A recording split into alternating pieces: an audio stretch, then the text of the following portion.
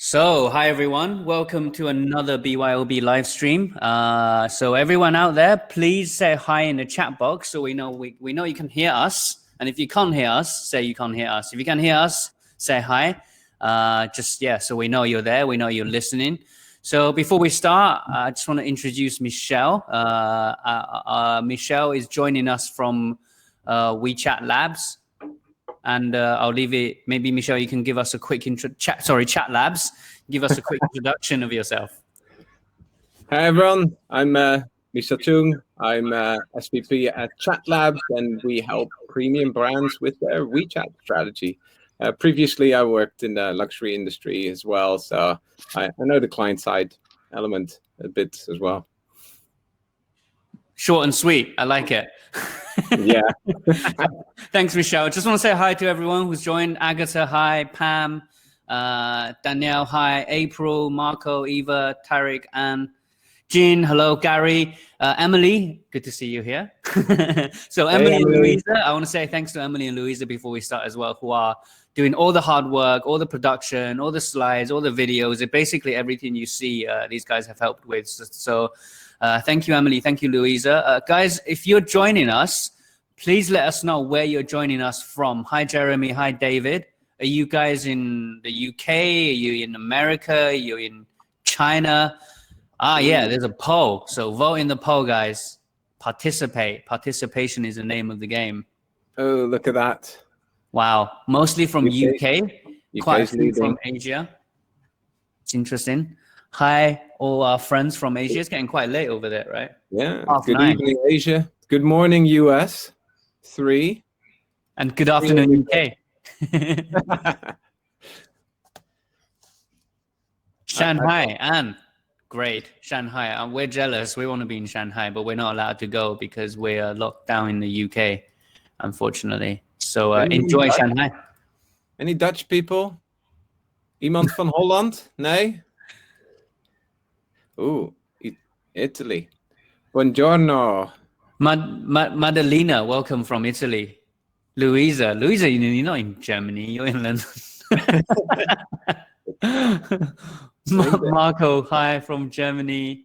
China, Dalian. Oh yeah, Tarek, I remember you from before, right? Like you've joined a few of us. Welcome back. Dalian is awesome. Bracken, Malaysia, welcome. Great food again. Singapore, great food. Dawn, welcome. Gary, Montreal. I mean, this is like the UN out here, right? We've got like people from every country. It's just great. I love it. Londonian body, Chinese spirit. Is that Thomas, as in? Yeah, he's the poor man. He's split. Tom. Ava Barcelona. I know which Ava that is. Hi, Ava. How are you? All right, great to see some familiar faces, guys. We're going to get started quickly. So before we start, we just want to make you aware of a new report that DAO Insights have about China's live streaming in 2021. So you can check it out. It's on the screen right now. And this is an exclusive report. I believe, Louisa, you and the team, Emily and Miranda, you guys spent like a good few months on this, right? Maybe you can put in the chat how long you spent on it. But for us, it's like it's literally the most comprehensive live streaming report in China, because everyone talks about live streaming right now, but no one really understands it and have looked at it in depth. So we've created this report exclusive for DAO. If you want to receive it, sign up to the newsletter. It's on the bottom, reversed. It's on the bottom right hand side of the screen. So sign up and maybe we'll do a raffle. So we're actually going to release this report as part of the next evolution of DAO, which is DAO Pro. And we're going to be giving away, everyone who registers before a certain date is going to get the next 12 months of DAO Pro for free. So make sure you sign up to the newsletter so you don't miss out on when we release the DAO Pro feature and also all the exclusive reports that come with it. Wow, I'm signing up right now. Oh wait, I'm doing something else. So sorry. You're not signed up already? What? Michel, man. Come on. Filippo, hi from Italy. Good to see you again. Welcome back to BYOB, man. It's always great to see some familiar names. So we're gonna do a few other polls. actually, before we start, because polls are fun. Anja, hi from Germany. Welcome. Guten Tag, Anja. And then the first poll, we want to talk a bit about Lantern Festival because that just happened, right? So the poll's coming up right now. Did you celebrate Lantern Festival? Yes or no? Tell us how you celebrated, if yes, please. What did you do? Did you release any lanterns? Did you eat some like tangyuan? I hope Sylvia. not in the UK. Sylvia, hello. Where are you from, Sylvia? Did you celebrate Lantern Festival? Beach gathering for Lantern Festival. Sunny, where are you? Somewhere sunny. Should we guess? I think Australia. Repose Bay, where is that? Hong Kong. Wow, nice. Tarek, Tangyuan, boom. Sylvia, Yuanxiu. Yes, love it. Love it, love it. Guys, tell us what your favorite flavor of Yuanxiu is. Mine is peanut. Like, I'm actually, yes, peanut, Emily. I'm not a big fan of the other ones, actually, especially sesame one. Really, really love the peanut one. Oh. Black sesame, Agatha. Ooh. Ooh. Yeah, that's good. That's good. Cool. So next one, did you watch any Chinese New Year campaigns? So did you guys watch any Chinese New Year ads or Chinese New Year campaigns that were kind of like, that were around? Yes or no? Most of you probably would have seen some with us. The one where I cried on the live stream. Oh, that was beautiful. Not you crying, the campaign. The campaign, yeah, thank you. Yeah. I thought that's what you meant. There's some no's. Good. At least you'll get to see some today. Yeah, exactly. I saw the one from Papa John's. Yeah, thank you, Marco. We did that one. Saw the Qumin team dance. What's that? Anne, do elaborate.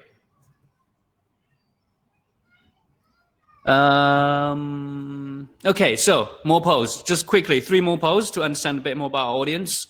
We just want to do this. The first one, where's everyone tuning in from? We've already had that one. Second one, have you been to China? Yes or no? The poll should be coming up now. Just so we can understand context when we're talking and how deep we have to go. Yeah, Sylvia, I'm curious as well. What is a dance? I don't dance, so. Shenzhen, sunny. Where are you at the moment? Shenzhen is awesome. You're right. I love Shenzhen. Okay, so most people's been to China, really great. Only a couple of people who haven't. So feel free to ask us questions if we are overlooking any of the basics that you guys need to know to create context. And then the final poll, have you done business in China? Yes or no? Poll coming up now. Boom. Thank you. Thank you, Louisa. Thank you, Emily. April, Shanghai for 4 years. Sylvia, Shanghai for 4 years. Whoa. I lived in Shanghai for like 2 months. Loved it. Have you been to Shanghai, Michel? Team used to be out there, Jing'an district. What did you think? You like Shanghai? Yeah, it's pretty cool. Everything's like so big. There's lots of everything. All like. So. Yeah, it's like everything's so grand, right? Yeah. You walk down the street, you're just like, whoa. Yeah, and then there's so many of everything. I don't know how these businesses make money. Yeah, because so Louisa says, right, good point. There's 24 million people in a single city. That's how they make money. but then still brands have like the same brand stop next to each other. It's like why do you like Chanel? Yeah, that's true. That's true. I noticed that as well. It's really weird. It's really weird, right? Michel has a question for you. Did you go to Revolution? I can't comment on that one. I was strictly working. I went to Revolution. I know everyone knows Revolution. It's like the bar, right? Marco seems like a nightclub boy.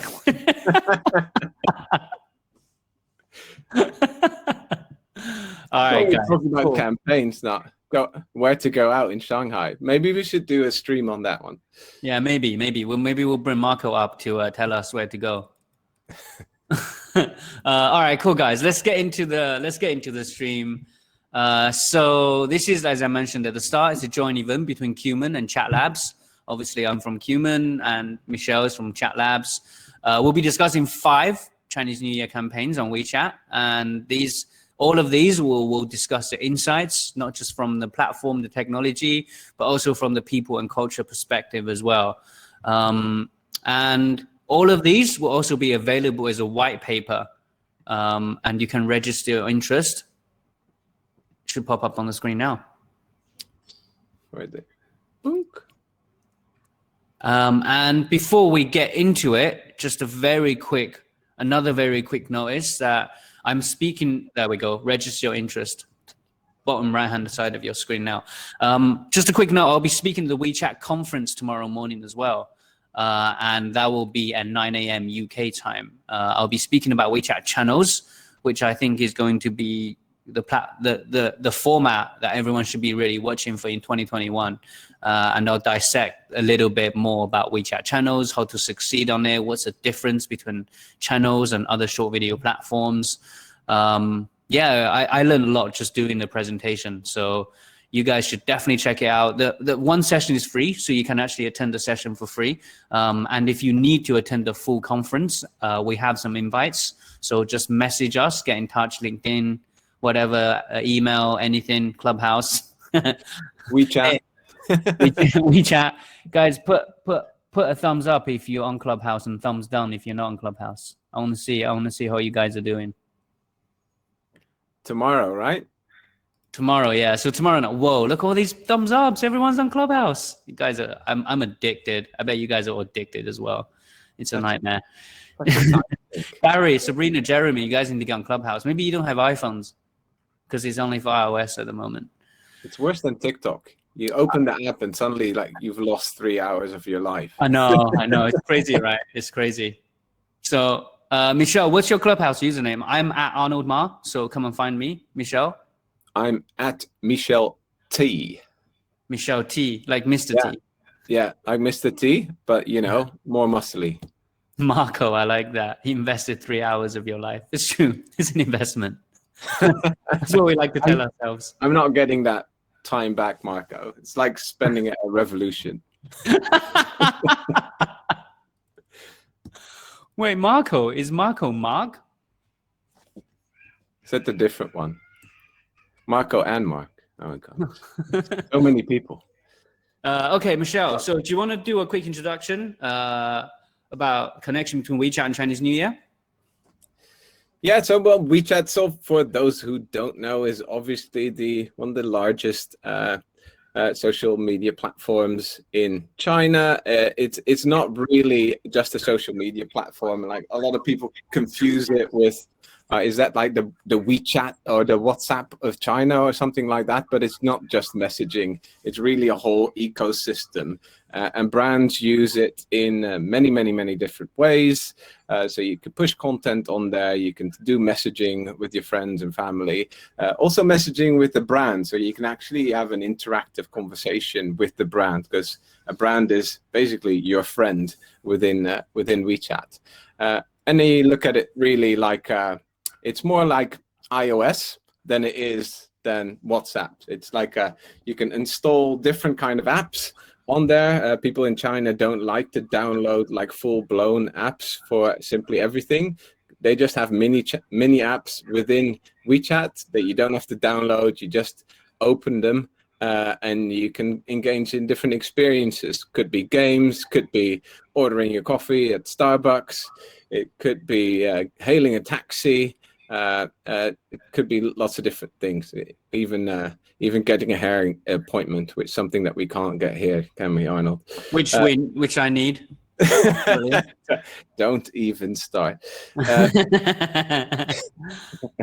But so brands really embrace that channel to do a few things. One is to interact with the audience that they already have, so their existing followers, use it to drive engagement, try and get more followers through exciting games and campaigns, and also tying it to offline, because a lot of the interactions with WeChat is actually through QR codes, and that ties nicely into the offline space. So the QR codes are the glue between the physical world and the WeChat world, so to say. Awesome. Thank you, Michelle. That was a great introduction. So Michelle will be focusing mostly on the WeChat features when we analyze each case study. And then I'll be focusing a bit more on cultural insights. You know, it's super important, as all of you guys already know in the audience, that when you're doing a campaign around a festival such as Chinese New Year, literally the most important cultural event in the Chinese calendar, it's an opportunity to connect with people on a more meaningful level, but it's also a risk in the sense that you overlook the cultural aspect of your campaign. So the first one is really interesting. It's Burberry. Now, everyone's always interested in Burberry campaigns because they are really good at digital in China, and they're really good at campaigns in China as well. So, yeah, Michelle, over to you. Maybe you can introduce a bit about the campaign and let everyone know what Bobo the Deer is all about. do we want to show the? Yeah, okay. We'll start with the screenshots and we'll show the video later. All right. Wait, sorry, Jin said Jin can't hear anything. So, is anyone else struggling? Can you guys hear us? Thumbs up if you can hear us. Okay. So Jin, maybe you can reset your browser. So exit and then come back in. Thank you, everyone. Awesome. All right. Michelle, let's do this. I'm going to ask you some questions about this campaign, Arnold, especially around the relevance as well. Sure. Nothing technical. Don't worry. All right, go on. So, Burberry launched a really awesome campaign this year again. So it's about Bobo the deer. So Bobo the deer is a little avatar that you get when opening up the mini program, which again is like a little mobile application within WeChat, and within WeChat, what they encourage them people to do is to earn digital gifts through participation. The participation is in many different ways. So one, like we talked about, is the online to offline element. So when you can walk into a store and check in, you can scan QR codes in the physical world. You can also just talk to sales associates. So engaging with not just with Bobo, but with the brand, and the brand everywhere earns you points. Also, social engagement on the platform will also give you points, like liking content or commenting in the mini program, or and also saving your own pictures into the mini program. That also earns you points. And what you can then do with those points is you can upgrade Bobo, which is something you want to do, of course. It reminded me, and this is, I'm probably going to sound old. Does anyone know what a Tamagotchi is? Is that for really old people? Tamagotchi? Anyone? Yes. Yeah, yeah, of course. I remember what Tamagotchi is. I think most people remember what Tamagotchi. Sorry, one sec. So Arnold's just taking the phone call. So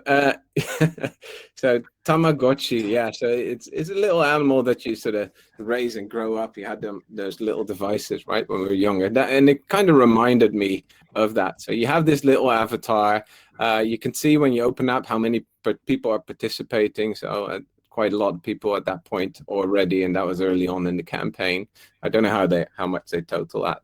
But you can then you can level up. You can really then make Bobo your own by buying little gifts for your dear. So wait, Michelle, we actually have a video. Should we show the video introducing Bobo the deer quickly? Yeah, let's go. Yeah, let's do that. Go and actually show.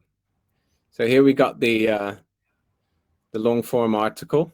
So for those who don't know, so people in China tend to not use email. They only use, oh, did we just lose video? Yeah, well, I think they're trying to put up the video that introduces Bobo first. There he is. He was in an egg, just like the Tamagotchi. So in China, they don't use brands don't use email to communicate with. Wait, go up. Is he flossing? Was he flossing in that video? It's a video. We can't go up and down like. Oh yeah, sorry. You can pause and rewind. But he was definitely flossing. he is definitely flossing. There we go. Yeah, look at that. He's back. Watch out, guys. Watch. In a second. Look. Here he comes, and there's the clothing. There we go. He is. Wop. He's better than I am. You want to do definitely. Me too. You want to do some flossing on camera, Arnold? I'm okay. All right. Oh no, you don't dance. You said that. Again, on emails don't work in China. Nobody has email. Nobody reads email. So therefore, newsletter campaigns that people do in the West, they don't work. What they do is send WeChat broadcasts to their follower base. And as you can see, a WeChat broadcast isn't just a piece of text that you send to your followers. It's a very interactive format. So you can interact by going up or down and sideways with the broadcast article. You can embed video in it, animated GIFs, sound even. So you can do tons of different things, and that makes it the really creative format. So this is what they would send, the brand would send to all of their followers at the start of their campaign. On the bottom there, it would then open the mini program, which is the little app in WeChat, which will then have the game in it. So yeah, let's thank you very much, Michel. Should we talk a little bit more about maybe like the cultural actually, do you have any questions? You said you wanted to ask me some questions. Yes. So at one point you can upgrade Bobo. Yeah, you can dress him in Burberry gear, of course. But the main element there is also to upgrade Bobo from a deer to an ox. Which is interesting. Oh, that's really interesting. What's the relevance from going from this little deer to an ox? Or is it actually not a deer? Is it more like a calf? Or Does he say at any point in the campaign that it's a deer? I don't know. It just looked like that one. Yes. Okay, cool. Oh, maybe it's a baby ox. So it is a deer. It's a deer that goes to a sheep and then goes to an ox? Really? Now, the year of the ox reference we get. I mean, that's a good one, David. So the end state I get. But maybe Arnold, is there any meaning between how he gets to be an ox? No, there's definitely no cultural significance of a deer evolving to an ox or to a sheep then to an ox. I mean, I don't know. If I'm missing something, please. Miranda, yes? Miranda thinks so. Great. Maybe the audience knows. There's a cultural relevance here? No. Miranda's just, yes, I know the answer. There is no cultural relevance. Just looks like a deer. Got it. So okay, so let me bring up a few points about I guess I think why they did this. So like customization is a big point in China, right? Like Chinese people love customized products that they can essentially feel like it's their own and then they're able to show off. And also people are more likely, I guess globally as well as China, but probably more so in China, they're more likely to share something that they've customized and put time and effort into over just like consuming content. So it's almost like helping them to create content rather than just consume it. I think I get the reference now. So has anyone played the surf game from Burberry? Hands up for surfers, Burberry surfers. No? I think I posted about it a while ago on LinkedIn. Follow me if you like those kind of updates. But yeah, they had a previous campaign where you could actually, which was also a game, where the same character dressed in Burberry gear, you could use him to surf. Surf the waves. So he's dressed up as a surfer. So I think they're making maybe a little bit of their Chinese mascot out of this little fellow. So this is now the second time that we've seen him. So maybe we'll see him in future campaigns as well. Interesting. That's good knowledge. Thank you, Michel. Marco, it's probably like the Ant Forest program from Alipay. We can upgrade your tree if you buy environment. Yeah, it's like the gamification, right? So that's the other thing I want to talk about. Like, I guess the same point of customization. Like, Chinese people love gamification in campaigns. So this is like they're really on point with something like this, and I think really tapped into like audience desires, and they understand the market. Cute animations is obviously a quite cute deer, I guess. So like all of this, you can see from like all the emojis on WeChat and stuff, like cute animations and digital image is like memes, I guess. Kind of like memes, but not really. It's very popular with young Chinese consumers as well. And Burberry understands that in China, luxury consumers are much younger, so they've created this specifically for the Chinese market. Which is awesome. And Dakar is the other one. Dakar literally means check-in. So this is something that creates almost like a social purpose for people, right? So Burberry's in-store open space, and this is where the O2O comes in that Michel was talking about earlier, allows consumers to tag themselves in store when they share the pictures of the fitting room experience. You can see here. And again, this just creates more like content creation rather than just passive content consumption, which encourages variety, encourages sharing. Really awesome. And then the final thing is just like a focus on outdoor and nature. I think everyone's just tired of being indoors during the pandemic. So they're trying to create this kind of like outdoor activity among Chinese people, and also with a growing concern about environmental protection and conservation as well. So we got some questions. Thank you, guys. Please keep asking questions.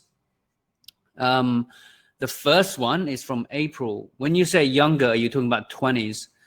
That's a good question. So Michel, maybe you can answer this one. Like, we know the Chinese luxury consumer is younger, but do we know like roughly what the age is for them? If you looked at the entire demographic of luxury consumers, if you did an East versus West comparison, obviously you're going to have young luxury consumers in both camps. But the average is about 3 years younger in China. So people start buying luxury goods earlier, and that's, we believe, a lot of people believe that's down to the sort of single child generation, and how that sort of maps to the age demographics. And more people, obviously the ones that came from that era, they have a bit more bandwidth to spend and like to spoil themselves and be spoiled. Cool, thank you. Miranda made some good points here as well, about using stickers. So Marco, before we get to your question, which we'll answer in a second, just want to show you guys a quick video about the virtual assistant. You can see the virtual assistant on the slide here, but just want to show you a quick video, so that should be popping up in a second. 欢迎来到 Burberry 空间。你留意到我们的橱窗布置了吗？这是一个互动型的艺术装置，它的灵感源自 Burberry 首席创意总监 Riccardo Tisci 在境界时装秀上设计的镜面 T 台。我觉得它像是一个充满生命力的雕塑。如果你走近一点，然后试着从不同的角度进行观察，你就会明白我的意思。拿出手机拍张照吧，如果你愿意，就把照片发给你的朋友们，或者上传到 Burberry 照片墙，与大家分享这个趣味橱窗吧。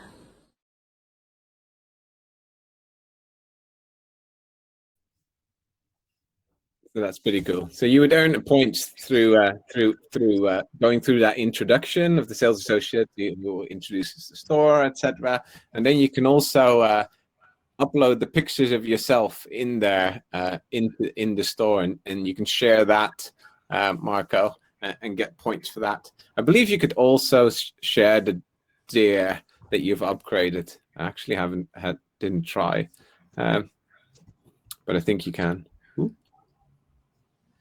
Answered. Great. Thanks, Marco. Cool. All right. So should we move on to if there's no any questions about the Burberry campaign, if not, we'll move on to the next one. No? Going once, going twice. All right. So the next one is Rimowa. Most of you guys will know this, luxury luggage and suitcases and so on and so forth. So again, maybe Michel, you can start by telling us a bit more about the WeChat features. Again, personalization is coming strong through in this one. Again, it's a little bit different, the avatar, which we'll show you guys in a minute. So it's all about making it your own again, and obviously it's going to be travel related, and then there's going to be an element of sharing that particular avatar and scenario that you've painted with your friends, and that's a really common way to celebrate Chinese New Year on WeChat. A lot of brands they offer something to personalize that people then use to wish each other Happy New Year with, and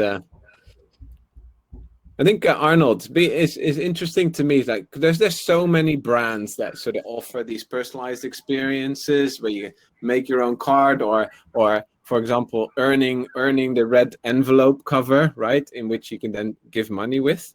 What's the why do consumers use to identify themselves with the brand when wishing their friends and family Chinese New Year through that mechanism? That's a really good question, actually. I think it's more an opportunity for them to create something more than just like a standard Happy Chinese New Year text, right?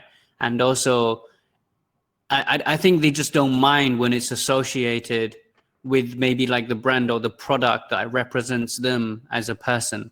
So like Burberry, someone who buys Burberry is clearly like all of these are lifestyle brands, right? Like when you buy something from them, it creates like a perception about you for the people around you. But I think it's more just about having the opportunity to create because they just want to have something special that they can send people. So with that said, actually, we have a video of the poster creation process on WeChat. So we're just going to show that to you guys now, so you can see exactly how it's done.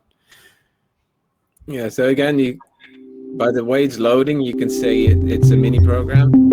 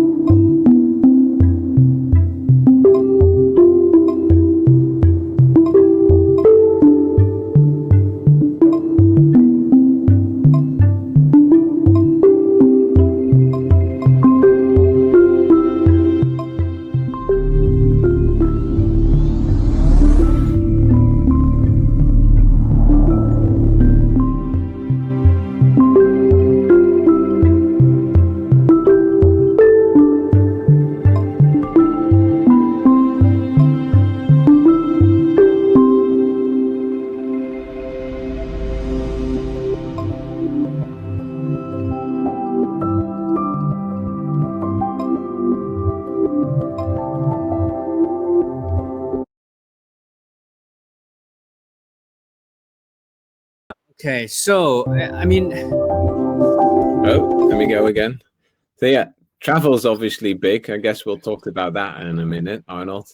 We couldn't travel cross borders, but we can travel to space. So that's good. So yeah, beautiful mini program developed again. It's quite custom. It's quite easy to do that in Tencent's ecosystem of WeChat. So Tencent, for those who don't know, not only are they the owners of WeChat, they're also one of the biggest gaming conglomerates in the world. So they own a lot of the big gaming titles, and they're big gaming companies. So they're really keen on making sure that their platform also can be gamified, and they have a lot of experience with that. So here again, it was all about the customization, create your look, obviously kit yourself out with the products, again, similar to with Burberry, and then sharing that poster with your friend. There wasn't as much sort of earning points and stuff like that as there was with Burberry. I think Burberry, this one's great. Obviously, you share that then with your friends, and that gives brand exposure. But I think Burberry did a little bit of a better job by making it really about driving social interaction within their WeChat account, and even trying to use that campaign to drive people into stores. That being said, I do love how the campaign looked, and how it feels. It feels a little bit retro, like my pixelated ad from earlier this week. Very popular nowadays. We got a poll up, guys. What did you think of Moa's campaign? So while you guys are voting, I just want to give you guys a few insight on the social and cultural aspect as well. So space advertising is becoming very popular because as China progresses on the global stage, as they become kind of more of a global superpower as opposed to a developing country, space is like one of the big things that's happening in China right now. This appeal of, I guess, escapism, futurism, I guess especially relevant to the day-to-day pressures of Chinese youth, and just kind of having this escape element. You can see that if you remember last time, the best ad for CNY, I believe this year, was Alipay. That also had a space element as well. And yeah, as I mentioned, kind of a national pride as well. And then the other thing was the demand for travel. So Rimowa is clearly tapping into like a strong desire post-COVID for people wanting to travel, and therefore like planning everything. So maybe like buying the products they want to buy, customizing, and kind of like expressing the desire to travel by sharing these images with people, with people with moments and people as their followers. So there's an article actually popping up right now about Chinese consumers' desire to travel, which you can read on Dao. Open the tab and check out later if you like. And then the final thing is the popularity of virtual reality, and the rise of live streaming, which you can find out more in our live streaming report. So yeah, looks like most people thought that Rimowa's campaign had great societal and cultural ties, amazing functionality. One person thought it could be better. I would love to hear what you think could be better about it, because I mean, yeah, I also think it could be better, because I feel like the animations, like if you follow us, you see a lot of our ads are very animation focused. I feel like the animation could have been much stronger, and I feel like just in general, like the keepsake examples here as well, they could have been better illustrated as well. Yeah, there's still a lot of animation this year, and that was partly due to simply travel was hampering, and COVID was hampering production and large-scale studios and getting models everywhere, particularly around sort of international and global headquarter-driven campaigns. They weren't able to do a lot of the shoots. But is it also just, aside from that, a big trend in China at the moment to completely execute the campaigns with virtual avatars and virtual models, versus using photography, which tend to be very popular with luxury brands normally? Yeah, exactly. Thank you, Michelle. We got a few questions. Just want to quickly answer them. So Sylvia, I'm curious about the target consumer group of remote. I would say yes. I don't know what you think, Michelle, but I think it's mostly female. I know their Western target audience is mostly female, right? So I guess it's the same in China. Yeah, I think it's mixed. I think business travel audience is very 50-50. I think there's a lot of men in there as well. You could choose your avatar type at the beginning as well. I know we see two females here, but you can equally go through this as a male, the same journey.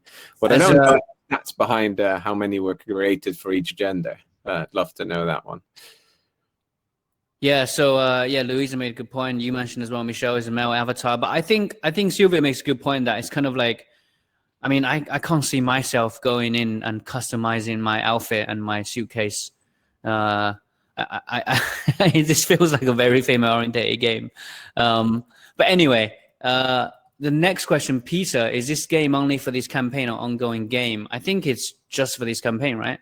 Yeah, quite often these kind of campaign executions are not ever. They tend to not be evergreen. They just launch for the campaign and then they get shelved. In the bin.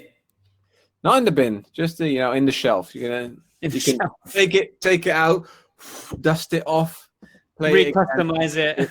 Maybe, yeah, sometimes they come out again in force the next year, right? But with different avatars and different images, we've definitely seen that. That's true. We have also a question from John. What is the participation level of this campaign? This is a tough question. Do you have any insight on this, Michel, on this specific campaign? No, not one on this one because it wasn't ours. I don't have the insight numbers. I don't know if anyone else knows anything about this, please answer in the chat if anyone has any ideas. Or I guess in general, Michel, do you have an idea of like mini program activations? Like what's a good level of participation? I think about sort of between 10 and 20% of your follower base is pretty good. Tends to be quite good. That's useful. Yeah. And the best campaigns obviously get you even more. Actually get you more followers as well. Got a question from Dawn.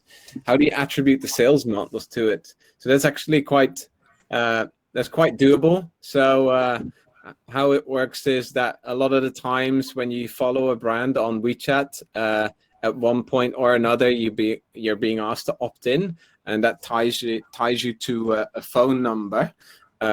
And most luxury brands require you to do leave all your personal details. You need to do that for the Fapiao anyway in China to do a purchase, and then they can match that same phone number to that WeChat ID, so they know if people played this game and then bought something.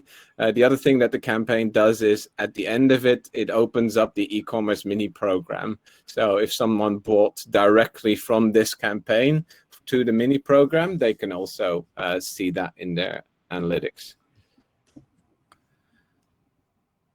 That's awesome. Thank you, Michel. I'm glad you answered that question because I wasn't 100% sure. So the next one from Luigi, I think is a very direct question. Michel, do you want to take this one? I think it costs $1 million, right?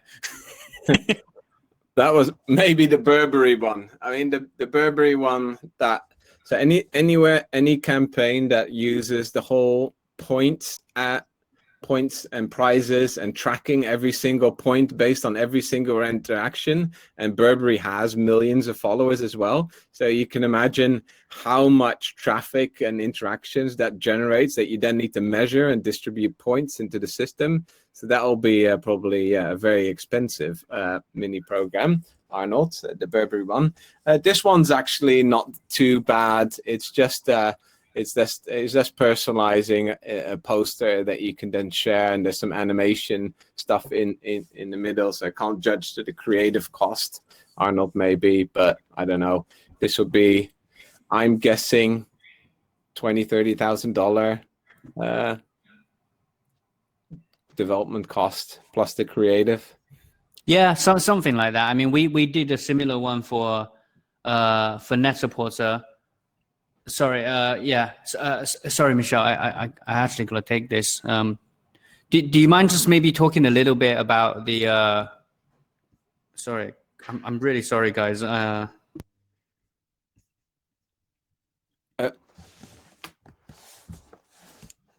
So what other ones? On average, 100 have 100 groups and brands bombarding them. I personally have too much. And not even Chinese. How do you make sure you stand out in the chats as a brand and people actually read what you sent? Think, Marco. That's an interesting one. So a lot of people follow the brands, and then you indeed get bombarded with messages. So a lot of the new followers tend to drop off. About 40% of them that brands get. So you really need to make sure that you engage the customers straight away. And you can do that, and mainly you can do that through personalization and making it really relevant to the individual. For example, if you're starting with all your campaigns and you're sending the males female clothing or those kind of things, then you quite quickly get an unfollow, and that means that you can't message them anymore. So it's the best way to as a brand to keep your followers engaged is by personalizing the content that you send them. Because there's two things: you only have 4 opportunities a month with WeChat to send that. Anything excess you can't. And 2, people can unfollow you really easily, and then you can't send them anything anymore. So it's really key to do personalization in your broadcast output. Yeah, and you guys can do that with ChatLabs, so you can reach out to Michel if you want to learn more about that. I'm sure he'll be more than happy to elaborate. Yeah, so sorry about that, guys. Actually, I'll tell you what happened. I have a flat tire on my car, and I've been booking and waiting for someone to come into my flat to change the flat tire. And they said anytime between 8:30 and 5:30 today, and it's God's law that it would be at this exact moment when I'm doing a live stream that they call me. So yeah, sorry about that, guys. So I was just saying, yeah, there's a lot happening here in the office today. So as I was saying, we actually did a similar app for Net-a-Porter I think it was 2 years ago, CNY, and it was a bit more complex than this. It was kind of like a mini Instagram where you could put your photo in, customize it, and then post it and then share it.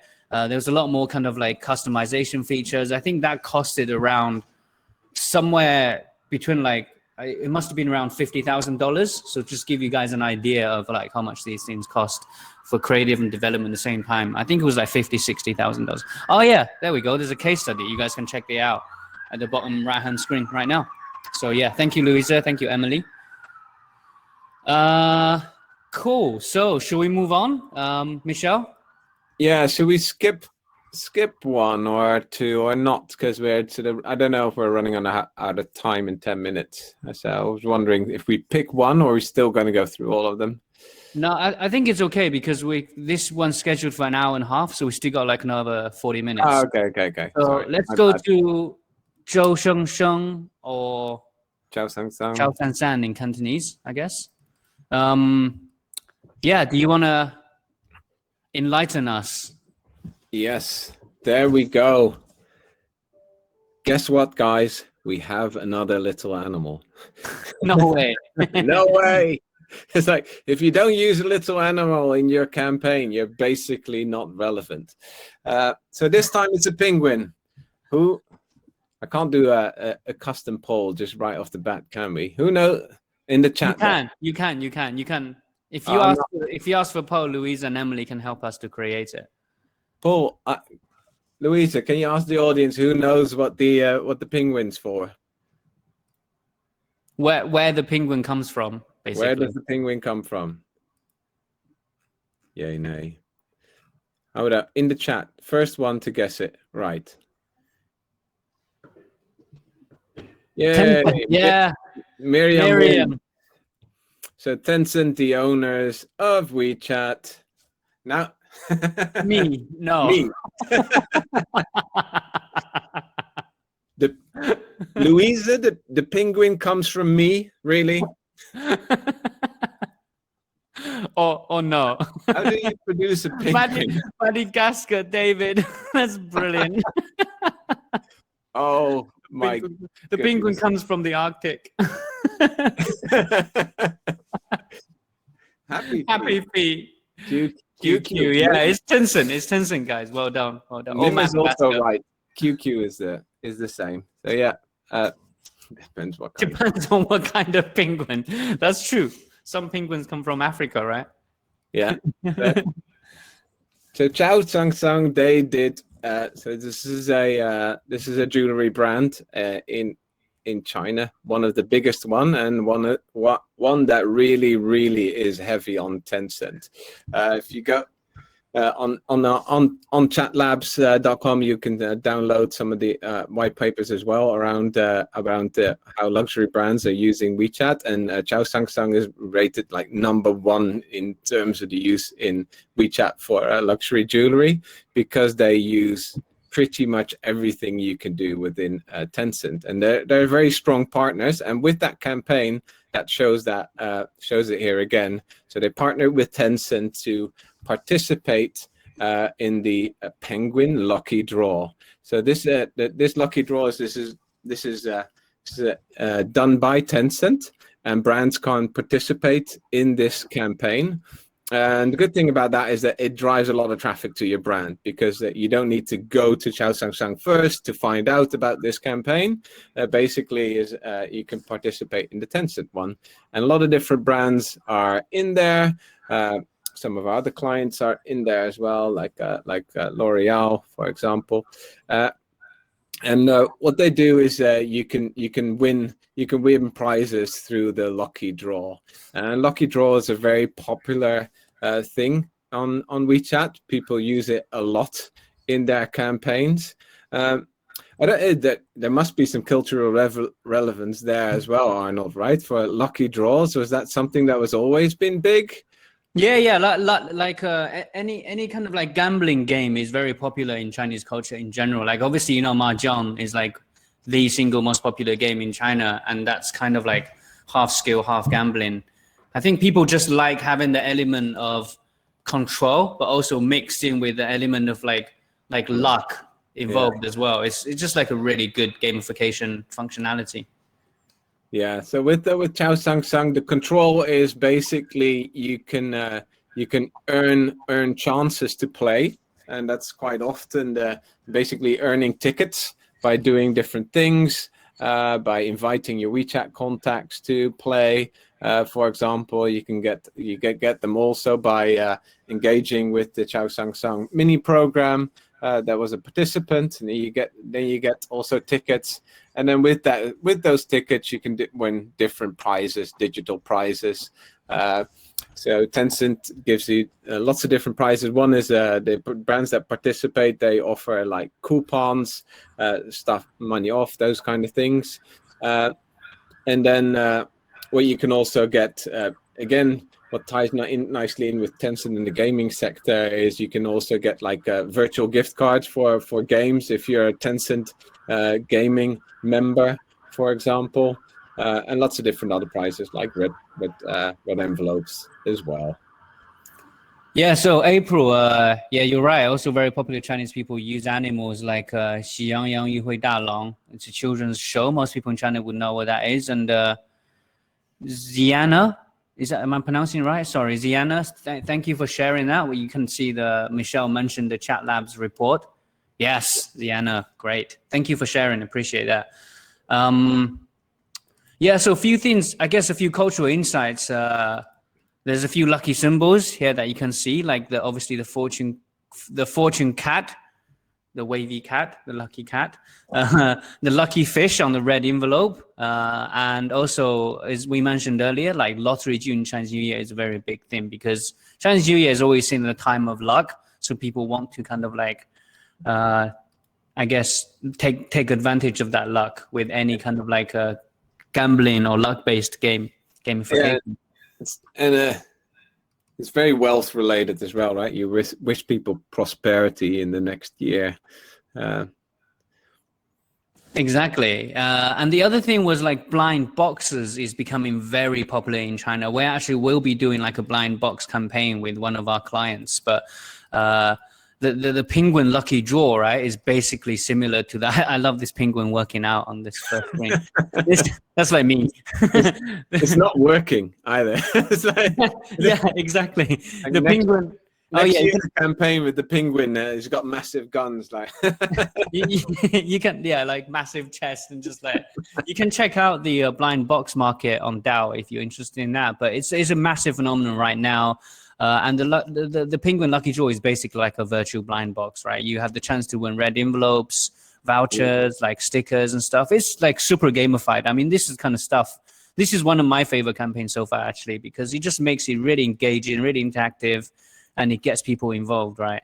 Yeah, the cool thing is it's cross-brand as well, and it's not like you're tied to one thing. You can just participate in it, and then you can use it for use it at different kind of brands. And I think that makes the scale of this thing with Tencent probably ginormous. I can't even guess the number of people that will have played this lucky draw. Yeah, it'll be absolutely huge, right? It reminds me a bit of the Monopoly game that you get at McDonald's, right?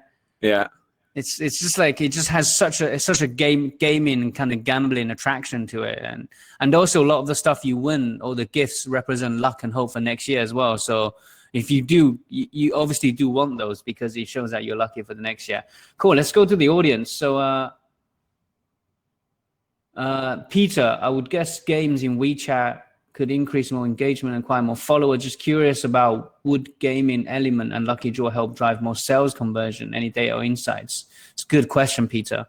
So not generically, I don't think for this particular game they would mainly driving for sales conversion. So the one thing that drives the sales conversion is obviously the coupons. So that's the one element that will drive sales conversion. So people can play the game and then they can get a discount or a good price on a piece of jewelry at Samsung that was part of the campaign. So that's the sort of the conversion side. But mainly for these lucky draw kind of competitions, what the brands are trying to do is increase their number of followers. So there's always a share, here's a ticket for you and here's one for a friend, give it to them. Or, oh, you're out of tickets, ask your friends for them. And that's then trying to get other people to also participate in the game. And quite often they're then enticed to follow the official account of the brand that is actually hosting that game, and therefore they gain more followers. So it's a follower acquisition objective mainly, and then secondly probably conversion, because CNY is a reasonably big for shopping, but it's not as massive as all the other shopping events. So other campaigns throughout the year, they tend to be more shopping related. Thank you. Yeah, I mean, okay, so you guys can vote in a poll on what you think of the campaign. It's interesting, actually. The last one, it looks like people prefer the remote one to the Burberry one when we did the voting. But also, question from Luigi. We see a lot of buzz on travel retail to Hainan and Macau due to the freeze of international travel to West, especially in the EU. Do you think this format game engagement is also good for travelers to create drive to store and brands outside of China mainland? Great question. I think yes. I think gamification works great in China, but I think it also works great for Chinese diaspora around the world. But I think in general, it's just a really good way to get people engaged, right? Michel, what do you think? Yeah, for sure. Like the check-in stuff, that's usually Alipay does it a lot as well. So when you land in a different country, it also sort of pops up with all the different things that you can do with the different stores, and you can actually launch campaigns on there as well. So yeah, at the moment it's probably very limited, let's say, but you can use it for international acquisition, a bit like Clubhouse. Yeah, I agree. Cool, awesome. So should we move on to the next one? Tommy Hilfiger. This is awesome. I love this campaign because it's so retro, and Louisa was also wearing Tommy Hilfiger today. Was she? Yeah. Is she on camera? She's not on camera. She's not on camera. So maybe you can start. Okay, so we have some videos for the Tommy Hilfiger campaign. Should we show a video first? Yeah, let's show a video first. Yeah. Cool. So they're showing the history. This is awesome. This is again the Hello， 大家好，新的一年祝大家发红包的姿势够帅，年夜饭晒图的饭食够饱，拜年的祝福够炸，新年 new norm 够有型。关注 Tommy Hilfiger 官方微信和天猫旗舰店，快来接受新年有新的大礼包。William Chan ladies and gentlemen. Wow. So that new brand ambassador for Tommy Hilfiger. No, the screen was not the wrong way around. Is the first thing I'm going to say, and this is the first thing when I started looking at WeChat campaigns, I always got confused because you get them on your phone, and then suddenly everything is sideways, and that's actually quite a popular thing to do with the campaigns in China on WeChat, is to have elements of the content in landscape mode. So you'll see people starting to browse like this, and then they'll go like this again, and then they'll switch back, and that's actually not the wrong way around. It's just normal, and different ways to actually getting almost the physical engagement with the digital promotion. I like your phone case, Michel. It's very bright. Yeah. Why is it orange? Why is it orange? Why is it orange? Why? Yeah, nice, Emily. There you go. Oh, yes. Wow, you guys, man. Have you ever seen a Dutch football crowd? Yes, you're right. I have. So we have another video to show the game also as a video, so you guys can check that out as well. We're going to play that now before we carry on. Why is it orange?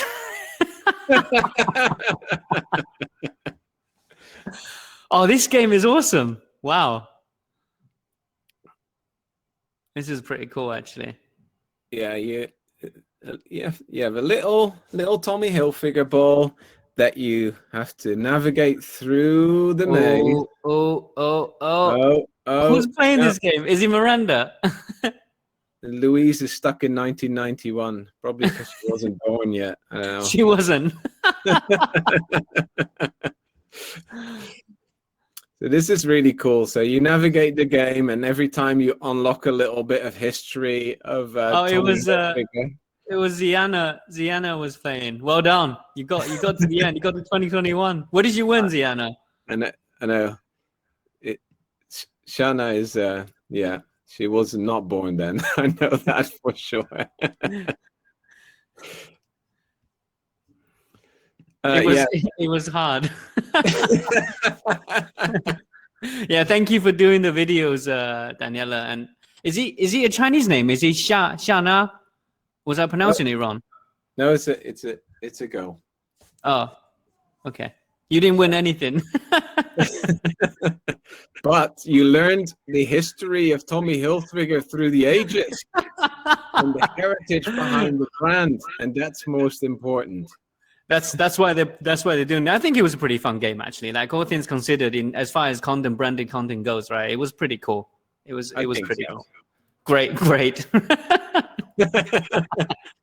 I think there's like a psychological element to the thing where you make people use their phone for not just to view the content but also play the games. I think it just puts things into a different sort of memory slot in your brain, right? It becomes more memorable if you use more of your body during the campaign and exploration. Yeah, it's to get people engaged with the brand in whatever way they can, right? I think it was cool. I think it's cool. Just a little bit background, and thank you, Miranda, for providing this info. And I guess all the info in here. So really appreciate you digging this out. The fan culture stuff, and we talk a lot about this at Qumin, right? Like, the fan culture is very different. I think most people understand like celebrities are important in China, but a lot of people don't understand the extremities that people go in this kind of like celebrity worship culture. So there's some stats here. According to a report by China Fan Economy Market in 2020, 70% of post-noughties obsessed with their idols. And this obsession goes as far as them creating like almost like fan clubs that are funded by themselves. So it's almost like a charity or a chapter where you have people that literally have jobs within the club. People have people have, you might have like finance people, you might have like presidents and VPs, you have social media people, and then all the money raised from the fan club goes to running the fan club. So you can see like how seriously people take this. Yeah, thank you very much, Emily, as well. These are really great insights, and I think these insights like these that make you really understand the extremities where people go to in terms of like doing certain things rather than just knowing that people do certain things. The details are really important here, and obviously this fan culture is why a lot of Western brands over-invest and over-index on celebrity sponsorship, as demonstrated by Tommy Hilfiger. So yeah, there's one extra cool bit about the campaign that we didn't talk about, tying that to that sort of fan club idea, is that they actually did a vote as well. So they put in they put to a vote where the celebrity Michael or William, sorry, was going to visit, which town he was going to visit, and that was decided by how many comments that was getting on Weibo. So that was part of the campaign as well. So not only can you learn about the lovely timeline of Tommy Hilfiger, I think the other bit was more important, is you can get him to come to visit your town if you just get enough other people to vote on your city in there. Maybe a bit skewed towards the cities with larger populations, but still a fun element to the campaign. cool, thank you, Michel. Should we move on to the final one? Tarek, this fan club phenomenon is the reason why brands in China rely so much on speaks. Yeah, exactly. Like, because there's such a crazy, not crazy, I'm sorry, I apologize. Such a passionate fan worship culture in China that their voice will have so much more sway on how people view a brand compared to celebrities endorsing brands in China. So yeah, that is a reason, Tarek. Yeah, brand strength is very much tied to which people support, which public people support that brand, which community you want to be part of. So speaking of fan culture, we have something else that's kind of related to celebrities. The next one is Calvin Klein. So maybe, again, Michel, you can start by talking a bit about this. Yeah. So this one is again a little bit gamification.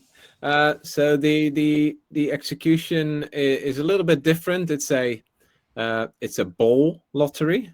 It's like guessing the number.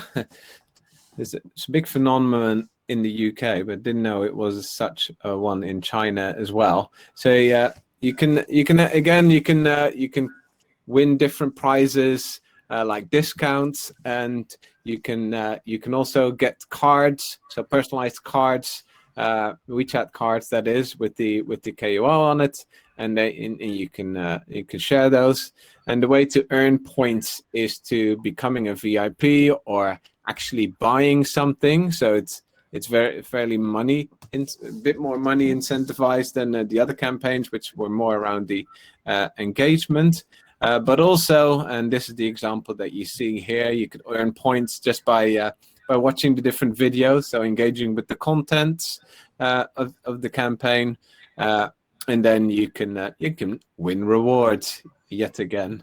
So there is so much to win. So how many people? Here's a poll: how many people won something participating in CNY campaigns this year? That's a good question. Did anyone win anything participating in CNY campaigns? Or were they just swayed to buy something that they weren't planning to buy?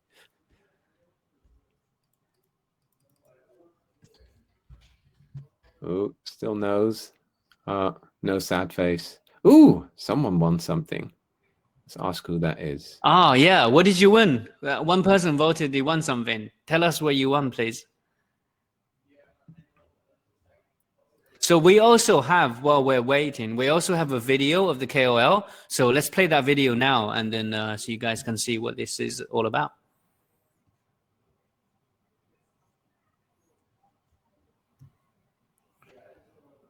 This is the post. Yeah, the broadcast post. Love them. Why are the emoji so sad, Arnold? They sad? Oh no, those are oxes. Wait.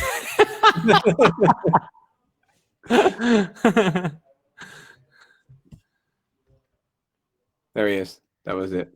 And then you go to the... There's a little ball. Oh! The Bobo's back! What's Bobo doing in the Calvin Klein ad? It's because we switched back. So yeah, so that was a video of the post. Apologies, I thought it was a video of the KO, but we just wanted to show you the video, the mechanic of the post and how it worked. So yeah, gamification again. Like I think you guys get the gist of most of the campaigns, right? Like just do a quick roundup. Maybe like gamification was a massive thing. Being able to win something was really big. Having either a icon, a kind of like an avatar, or have like a celebrity endorsement. Like these things are really good to kind of connect people and get people involved. And connecting with in-store promotions as well. So like none of these things are hard to do, right? So for anyone in the audience, you're interested, it doesn't always have to be Chinese New Year as well. It can be something as simple as a campaign for, what do we have coming up? We have May Day coming up, right? Yeah. Labor Day? Yeah. 520 we've got coming up. 520 we got coming up. So yeah, you got 2 months. It's plenty of time to prepare like a specific WeChat mini program campaign. That's not only going to help you drive affinity. I think maybe a bit too late for International Women's Day. But it's not only going to help you drive affinity, but also help you drive sales and also awareness at the same time. And that's what I love so much about WeChat. And I'm sure, yeah. What do you think, Michel? Yeah, I think it's great. I think you can see all these brands have been in China for a while, and they now really get it. What motivates the consumers and the audiences for engagement in China. What I found is a lot of like new luxury brands that go in China. They still they bring with them their bag of luxury no-nos, right? Points and prizes is a no-no in the West. Little animated figurines everywhere is also a bit of a no-no, although that's changing slightly. But that it's things that luxury brands in their Western campaigns typically wouldn't embrace for engagement. And if you hold dear to just those age-old principles, then you're just not going to succeed in China. You need to really adopt to the local audience. You need to dive into what motivates them, what drives engagement there, and then you'll be successful. Yeah, so I think that's that's really, really well said. Thank you so much, Michel, for highlighting that. And I know we got some luxury brands in the audience, or at least some like retail brands in the audience listening now. So just make sure you stay open-minded. You look at all the case studies here, like especially the Burberry one. None of these look like traditional luxury campaigns, right?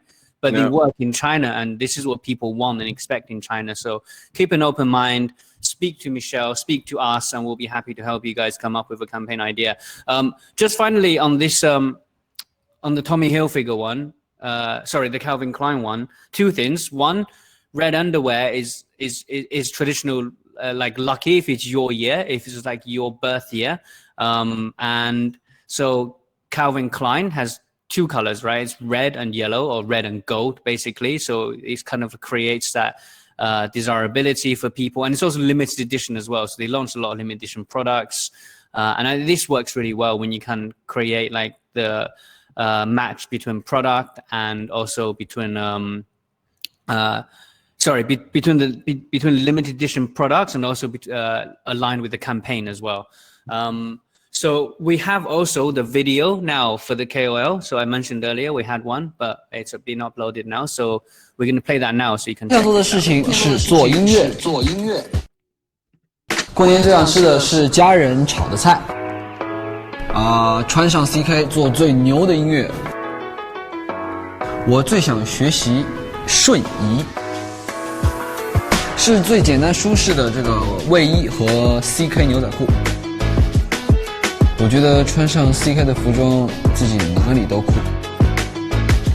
就是这个 CK Jeans 双面外套，在冬日里很显气色，和春节很搭，外穿也很保暖，我觉得我选的不错。好事多多，多如牛毛。